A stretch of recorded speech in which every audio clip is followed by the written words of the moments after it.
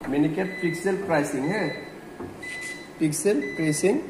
এই মেশিনে এখন হচ্ছে আমরা মেশিন অন করে কিভাবে রিএজেন্ট লোড করব শুরু থেকে সব কিছু ইয়ে করতেছি। এর পাশে হচ্ছে আপনার হচ্ছে রিএজেন্ট লোড করার কাভারটা,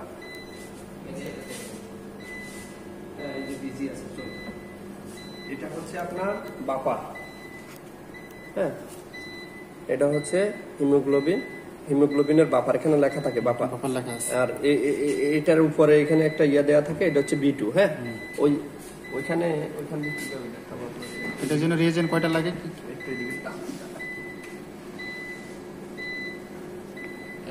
এবারে এখানে দেখেন ওইখানে সিম্বল দেয়া আছে এক একটা B2 বাফারের মতো এরকম খাপ খাপিয়ে দেয়া আছে না?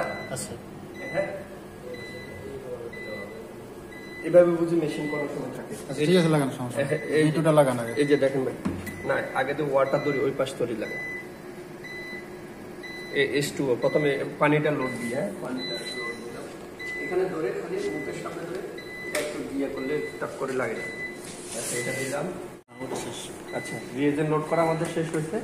এখন আমরা হচ্ছে মেশিনটা সফটওয়্যারটা এখানে প্রথমে সুইচ আছে, এই যে পিছন দিকে এই সুইচটা দিব, এই সুইচ অন করলাম।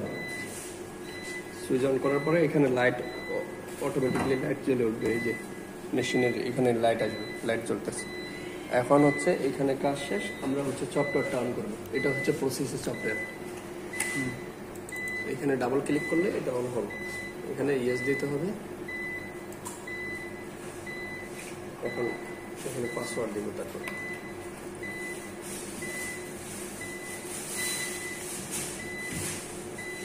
সফটওয়্যারের নাম কি? এটা প্রসেস, হ্যাঁ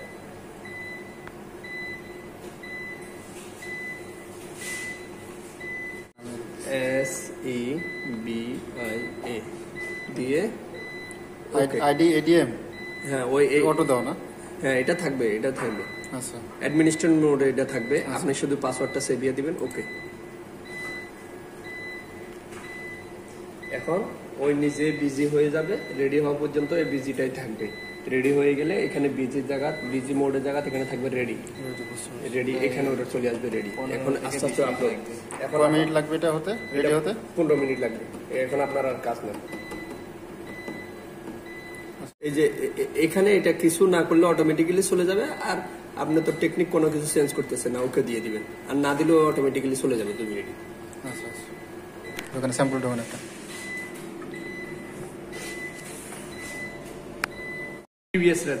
প্রিভিয়াস রেজাল্টটা আপনি চেক করবেন কিভাবে? এর database view database history, yes এখানে আস্তে আস্তে যত চালাবেন তত ডেট আসবে, তত ইয়ে হবে। এই যে গতকালকে ছিল, গতকাল এখানে তারিখটা একটু ঠিক করে দিতে হবে ভাই, আমি ঠিক করে দিব 19 তারিখ, হ্যাঁ 19 তারিখ দিয়ে এই যে আমি ক্লিক দিলাম, ডাবল ক্লিক দিলাম ওটার উপরে। এখন এই যে আপনার ওয়ার্ক লিস্টে এখানে পাই যাবেন, এই যে এই 3টা ইয়া করছিলাম। এই যে এখন যদি গ্রাফ দেখতে চান এখানে ডাবল ক্লিক দিবেন, চলে আসছে। আবার একটাতে ক্লিক দিলে ওই দিনকার যত টেস্ট আছে আপনি ইচ্ছা করলে একটার পর একটা এই নেক্সটে ইয়া করবেন, নেক্সট এভাবে যাইতে থাকবেন।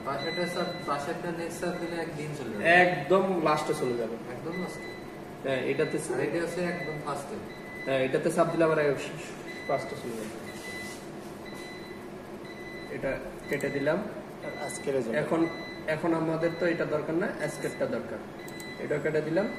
এখন আবার সেম আগের মতো আপনি ডাটাবেজে যাবেন, ভিউ ডাটাবেস হিস্টোরিতে, ইয়েস যাই হচ্ছে আজকে এই তারিখ দেখাচ্ছে 20, মনে করেন 20-এ নাম লিখে দেবেন। হ্যাঁ এখন আপনারটাতে এখানে এডিট করে দিব। এই যে ওয়ার্ক লিস্টে যাব, ওয়ার্ক লিস্টে যাই, আপনার হচ্ছে 1 নাম্বার পজিশনে, তাহলে 1 নাম্বার পজিশনে আপনার নাম দিয়ে দিই শামীম।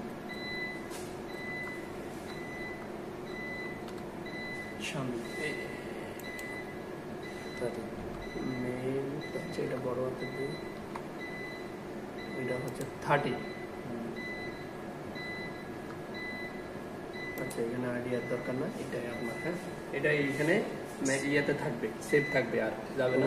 ওপেন করুন, আপনার যখন প্রিন্টার ইয়ে দিবে আপনি প্রিন্ট করে নিয়ে নিতে পারবেন। হ্যাঁ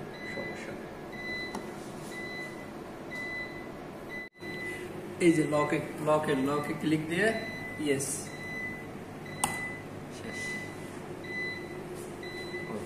এই যে এখানে লেখা আছে শাটডাউন ইন প্রগ্রেস ও হচ্ছে শাটডাউন হলে কি লেখা আসবে? কমপ্লিটলি এখানে লিখবো shutdown ready, shutdown for ready, আর এখানে আসবে অফলাইন, বিজির জায়গাতে এখানে আসবে অফলাইন।